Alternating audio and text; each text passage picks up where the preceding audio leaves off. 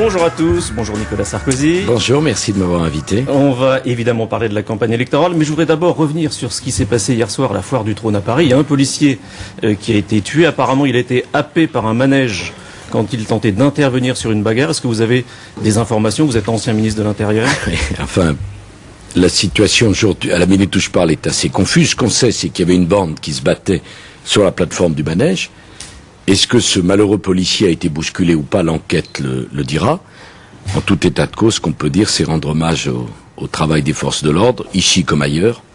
On est bien content de les trouver quand il y a des problèmes. La Foire du Trône, ça doit être une fête familiale où on doit pouvoir venir sans être importuné. Eh ben, c'est un policier de plus qui paye un lourd tribut. C'est déjà une longue liste. Il a fait son travail. Il faut que la justice fasse le sien, détermine les circonstances, et que s'il a été bousculé, celui qui a fait ça en rende des comptes. En tout état de cause, c'est un drame. Sur la campagne électorale, les sondages vous placent en tête depuis un bon moment. Est-ce que vous vous dites, dans un mois, je serai président de la République? Absolument pas. C'est les Français qui choisiront et personne d'autre. Et je dis d'ailleurs aux Français, pensez librement, réfléchissez librement, choisissez librement. Cette campagne, ça doit être un moment de liberté. Il faut qu'on réfléchisse sans tabou aux problèmes de la France et aux solutions que les candidats proposent pour faire face à ces problèmes. Il n'y a pas de fatalité. On peut s'en sortir. Ce que les autres ont fait de bien sur le pouvoir d'achat, sur le plein emploi, sur l'immigration, on peut le faire nous aussi. Mais ne vous laissez poser aucun choix. Moi, je suis un challenger. Je me battrai jusqu'à la dernière minute. C'est aux Français de choisir. Quand on pose la même question à François Bayrou, il dit, moi, je serai élu président de la République. Vous êtes moins confiant que lui? Eh ben, écoutez, s'il a envie d'être comme ça, c'est son choix. Moi, vous savez, je pense surtout une chose. C'est que dans cette campagne, vous l'aurez peut-être observé, je n'attaque personne.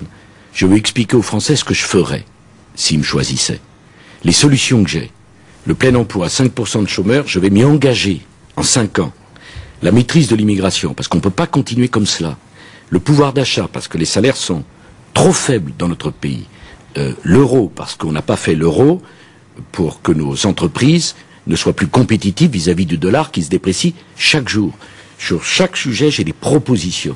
Et je veux dire aux Français, on peut faire bouger les choses. Je veux être le candidat du changement. Alors vous savez ce que disent vos adversaires? Ils disent, il est au gouvernement, pourquoi il ne l'a pas fait plus tôt? Ben justement, j'étais au gouvernement comme ministre de l'Intérieur. Apparemment, les Français ont compris ce que j'ai fait. J'ai changé profondément la politique de sécurité de la France. Et ce que j'ai fait lorsque j'étais ministre des Finances en sauvant Alstom, ou lorsque j'étais ministre de l'Intérieur en faisant baisser l'insécurité dans notre pays, eh bien je veux le faire pour notre pays. Je crois au changement. Au fond, vous savez, la passion de ma vie, c'est quoi? C'est l'action. Je veux agir. Je veux une majorité pour agir. Je me suis engagé sur un projet. Et je dis aux Français une chose simple. Je sais que beaucoup d'entre eux ont le sentiment qu'on leur a menti depuis 25 ans. Et je veux que les Français comprennent que je dirai tout avant l'élection. Hein. Mais écoutez, je viens pas pour me donner le ridicule de dire que le mal c'est la gauche, le bien c'est la droite. Je suis un homme de droite. Mais j'essaie d'être lucide. Nous avons tous notre part de responsabilité dans le fait qu'un Français sur deux ne vote pas. Mais moi je dis tout avant l'élection, parce que je ferai après scrupuleusement tout ce que j'ai dit avant. Alors dans le livre que vous avez publié, qui s'appelle Ensemble, vous dites que vous voulez rassembler les Français. Mais beaucoup de vos adversaires disent au contraire que Nicolas Sarkozy, il monte les Français les uns contre les autres. Comment vous répondez à cette critique? Mais c'est extraordinaire. Il y a une campagne électorale, il faut bien dire des choses. Je parle de la nécessité de l'identité nationale. Si un candidat à la présidence de la République ne parle pas de la France, mais à quoi il sert? Il parle de quoi? Alors là, quand je dis identité nationale, il y a une hystérie. On dit, oh mon Dieu, qu'est-ce qu'il a dit? Je veux pouvoir dire que j'aime mon pays sans être un nationaliste. Je dis que l'immigration, il faut expliquer à ceux qui nous rejoignent ce que c'est que la France, pour qu'ils l'acceptent et qu'ils la respectent, et même qu'ils l'aiment. On dit, mon Dieu, il a prononcé le mot immigration, il est raciste. Alors si on ne peut plus rien dire sur rien, à quoi ça sert une campagne électorale? Ils sont les autres, les champions du monde de la pensée unique. On dit rien sur rien, on a Le Pen au 2e tour de 2002, on a un Français sur deux qui ne croit plus en la politique, et il faut continuer comme avant. Moi je parle librement, j'essaie de faire partager ma vérité, mais je dis également à tous les Français qu'ils ont une place dans mon projet politique, notamment les jeunes des quartiers. Moi j'ai pas soutenu les émeutiers de la gare du Nord, j'étais scandalisé. Ce fraudeur, il a qu'à payer son ticket comme tous les autres. Non content de ne pas avoir payé son ticket, il frappe un agent, un fonctionnaire, au nom de quoi on doit accepter ça? Il est multirécidiviste. Et les émeutiers cassent la gare du Nord. Je me sens pas du côté de ces gens-là. Mais en même temps, c'est le résultat de l'affrontement qu'a provoqué Nicolas Sarkozy. C'est le résultat. Ah oui, c'est ça. L'autre qui a déjà 22 inscriptions au casier et 7 condamnations, il a sauté par-dessus la barrière et frappé un fonctionnaire parce qu'il m'aime pas. Ben, tant mieux qu'il m'aime pas. Parce que moi, c'est pas un de mes proches, hein. Je vous le dis de la façon la plus claire et la plus simple. C'est quand même extraordinaire. Mais pareil pour les RMistes. J'ai vu qu'il y avait une décision, on disait maintenant, au RMI, quand on est au RMI, le transport sera gratuit. Alors c'est en Île-de-France. Et alors, très bien. Alors le RMI qui reprend un boulot, on le récompense en lui disant, bah maintenant c'était gratuit, maintenant tu vas payer. Moi je suis pas pour cela, je veux encourager la valeur travail et récompenser la valeur travail. Je dis d'ailleurs que dans la société dans laquelle je veux vivre, tous ceux qui bénéficieront d'un minima social devront en contrepartie exercer une activité vis-à-vis de la collectivité. Il n'y a pas de droit sans contrepartie de devoir, ça suffit. Alors maintenant, on ne peut plus rien dire sans choquer. Mais si Madame Royal ou Monsieur Bayrou sont choqués dès qu'il y a une idée nouvelle, bah, c'est pas la peine d'être candidat, franchement. Vous parliez de Jean-Marie Le Pen. Il a dit dimanche qu'il y a une différence entre Jean-Marie Le Pen et Nicolas Sarkozy. Il a dit, moi, je suis un candidat du terroir et Nicolas Sarkozy est un candidat qui vient de l'immigration. Est-ce que ça vous a choqué? Eh ben, Jean-Marie Le Pen a dit qu'il y avait une différence entre lui et moi. Il a raison. Nous sommes différents. Je rajoute, très différents.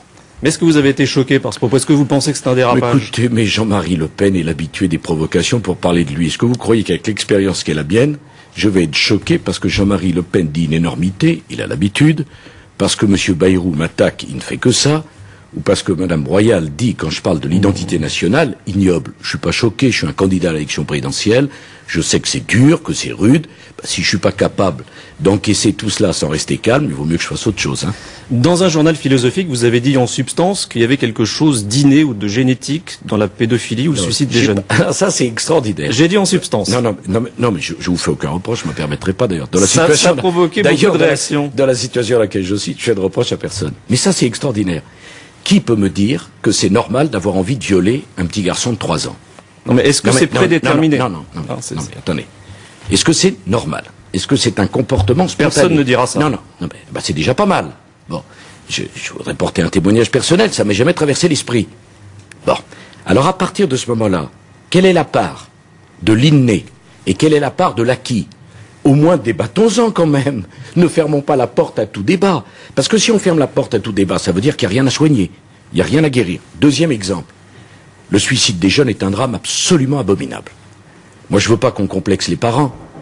Tout jeune qui se suicide, c'est pas exclusivement la faute des parents. Il y a un terrain. Troisième remarque. La même personne qui fume 2 paquets de cigarettes, naturellement que la cigarette, ça donne le cancer. Mais il y a des tas de gens qui fument 2 paquets de cigarettes et qui n'auront jamais le cancer. Et puis il y a des malheureux qui ne fument jamais, qui sont les fumeurs passifs et qui auront le cancer. Pourquoi?